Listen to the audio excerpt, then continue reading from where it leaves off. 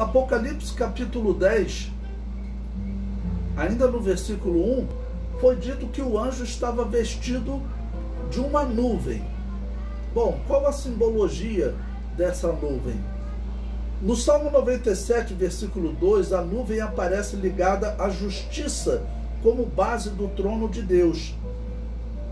Diz assim o texto: nuvens e obscuridade estão ao redor dele, justiça e juízo são a base do seu trono. Então, nuvens, fazendo um paralelo, teria então o simbolismo de justiça.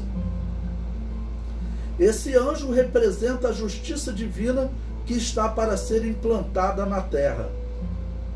A ação divina para impedir que a humanidade seja controlada por Satanás é fundamentada na sua justiça, né?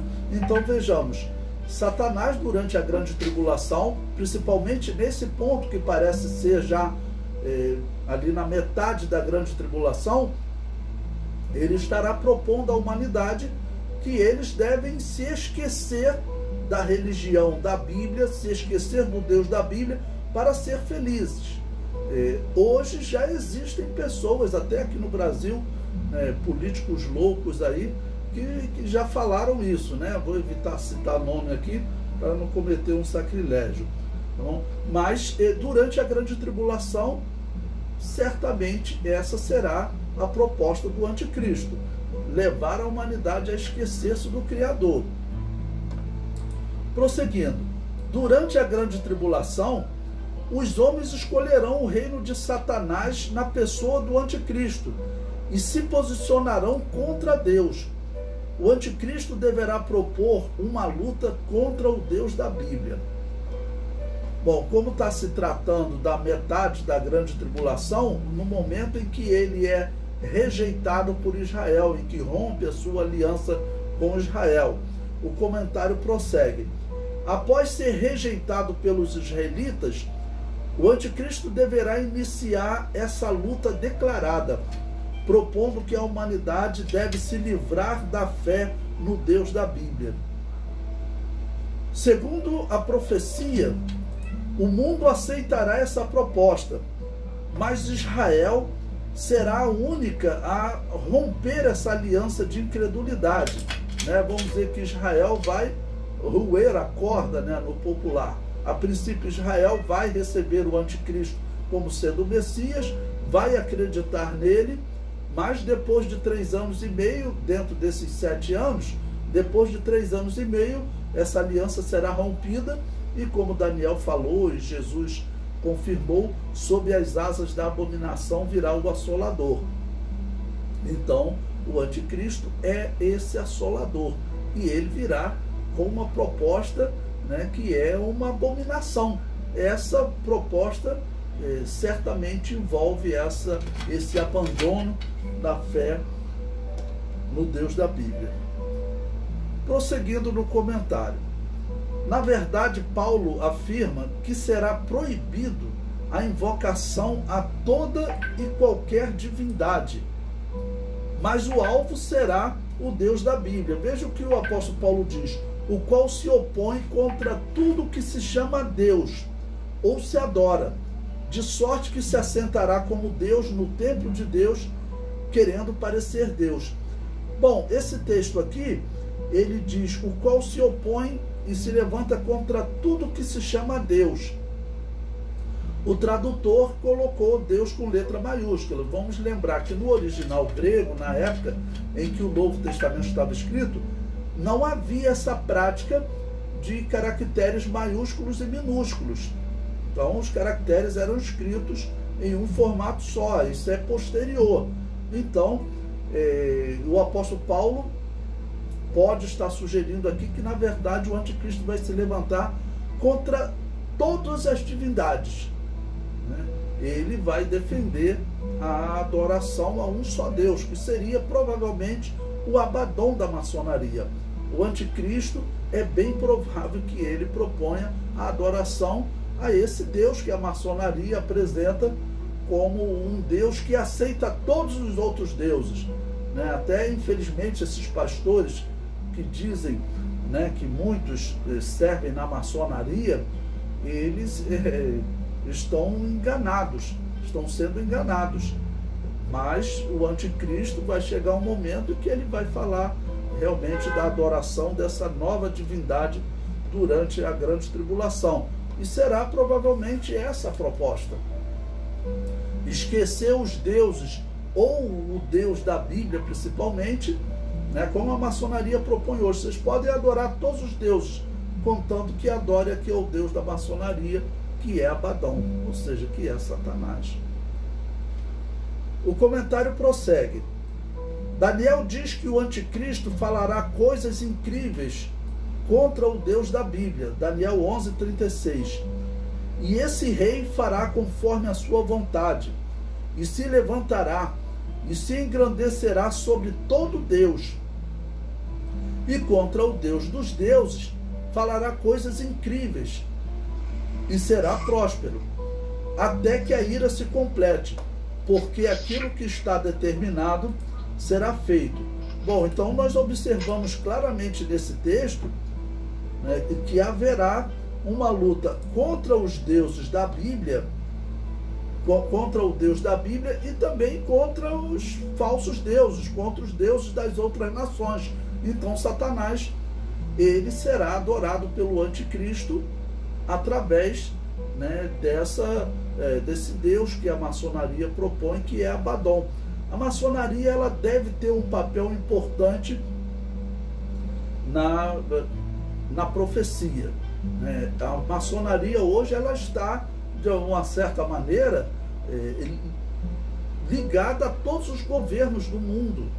E a maçonaria também, ela tem o grau 33, e o que se fala que no topo dessa pirâmide estaria um judeu, que tudo seria controlado por um judeu, provavelmente por um judeu que se diga descendente de Davi e que tenha direito a sentar ao trono.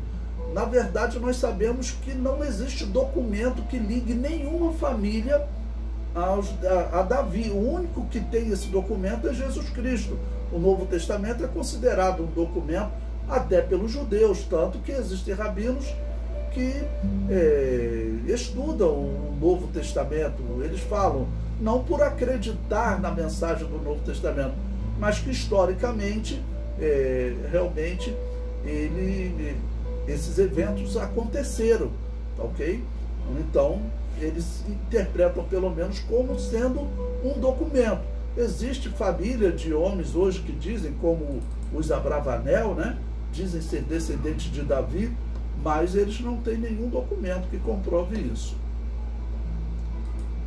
Prosseguindo, até a Babilônia apocalíptica será destruída, pois ela, apesar de invocar uma imagem de escultura, não pode atendê-los. Dirige suas preces ao Deus da Bíblia. Então, apesar delas invocarem imagem de escultura, né, ou de Jesus, ou de Maria, ou de santos, imagens que não pode atendê-los, mas de alguma maneira eles dirigem a Jesus Cristo. É por isso que nós veremos mais à frente que a besta que sobe do mar, ela destrói a Babilônia apocalíptica. Eu chamo isso da luta do mal contra o mal. E por que a besta que sobe do mar, porque o anticristo, que é o líder da besta que sobe do mar, vai querer destruir a Igreja Católica? Certamente por uma questão política, porque a Igreja Católica hoje ela detém uma riqueza, né, que o mundo vai cobiçar durante a grande tribulação, porque o mundo está entrando em um caos financeiro que vai culminar certamente no governo do anticristo, na crença de que a humanidade precisa de um salvador, né? Então, nessa dificuldade financeira, a única interpretação que nós podemos ter da besta que sobe do mar atacar a Babilônia apocalíptica, ou seja, o mal lutar contra o mal, o motivo seria esse, para tomar posse da riqueza da Igreja Católica, que certamente é a maior riqueza da humanidade.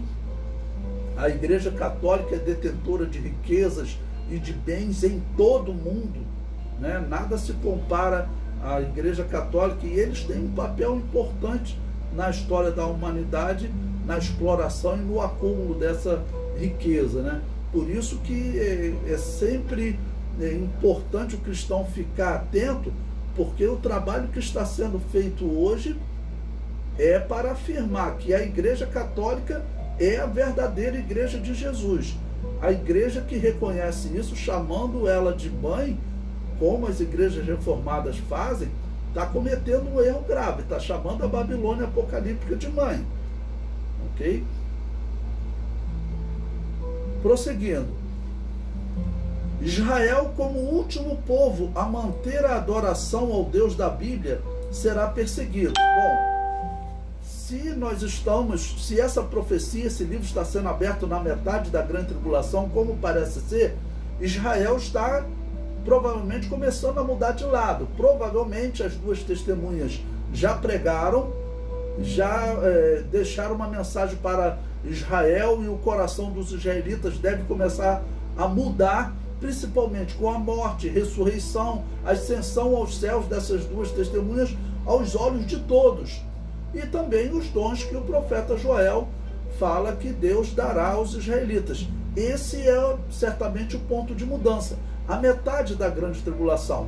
A partir desse momento, vamos dizer, Israel começa a crer em Deus. Na primeira parte da grande tribulação, certamente o anticristo ele mata a todos que não adoram o seu nome, porque está escrito: faz com que sejam mortos todos que não adorarem o seu nome, que não receberem a marca da besta. Ok?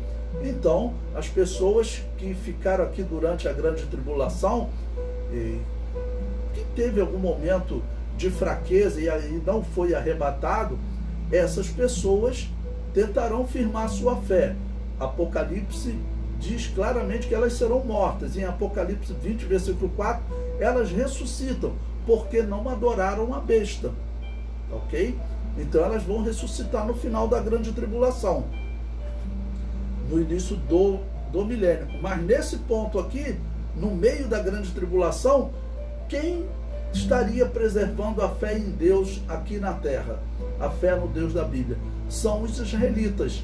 E muitos iniciando a fé em Jesus Cristo. Prosseguindo, as nações do mundo serão convencidas pelo anticristo a empreender uma invasão a Israel. Essa batalha é chamada de Armagedon. Bom, se esse evento está ocorrendo na metade da grande tribulação, como parece, dentro de 3 anos e meio termina a grande tribulação. Então esse será o tempo em que o anticristo levará para convencer as nações que é necessária a destruição do povo de Israel. Seria o último empecilho para acabar com a fé no Deus da Bíblia aqui na terra. O comentário prossegue. As enfermidades e a fome serão atribuídas a um juízo do Deus da Bíblia, e todos serão proibidos de invocar o Deus da Bíblia. O anticristo ele vai propor que o Deus da Bíblia é um Deus mau. Na verdade, essa proposta ela é muito antiga. Eu sempre repito um filme que saiu sobre Noé, em que os demônios são anjos de pedra e eles explicam a Noé porque eles foram expulsos do céu. E nessa explicação eles afirmam: isso foi a atitude da intransigência de Deus, ou seja, a humanidade é uma vítima de Deus, né? E os anjos que pecaram também. E também tem aquela doutrina da Babilônia, fundada por Nimrod e Semíramis, que afirmava também que a humanidade era uma vítima de Deus, porque Deus foi mau quando puniu-os no dilúvio. Flávio Joséfo relata no seu livro História dos Hebreus que essa era a pregação de Nimrod e de Semíramis. E, inclusive, Semíramis diz que Nimrod iria vingar os antepassados que haviam morrido no dilúvio, colocando Deus como um Deus mau. Para completar, tem aquela doutrina de Agostinho de Hipona, e afirma que o querubim ungido pecou por ordem de Deus e que Adão e Eva pecou por ordem de Deus, ou seja, colocando Deus, com o Deus da Bíblia, como um Deus mau. E os reformados mantiveram parte dessa doutrina. Eles pregam que Adão e Eva pecaram por ordem de Deus. Eles pregam que todo o mal que acontece no mundo hoje é ordem de Deus. Essa é uma doutrina que eu não entendo como pessoas que se dizem cristãos acreditam nessa doutrina.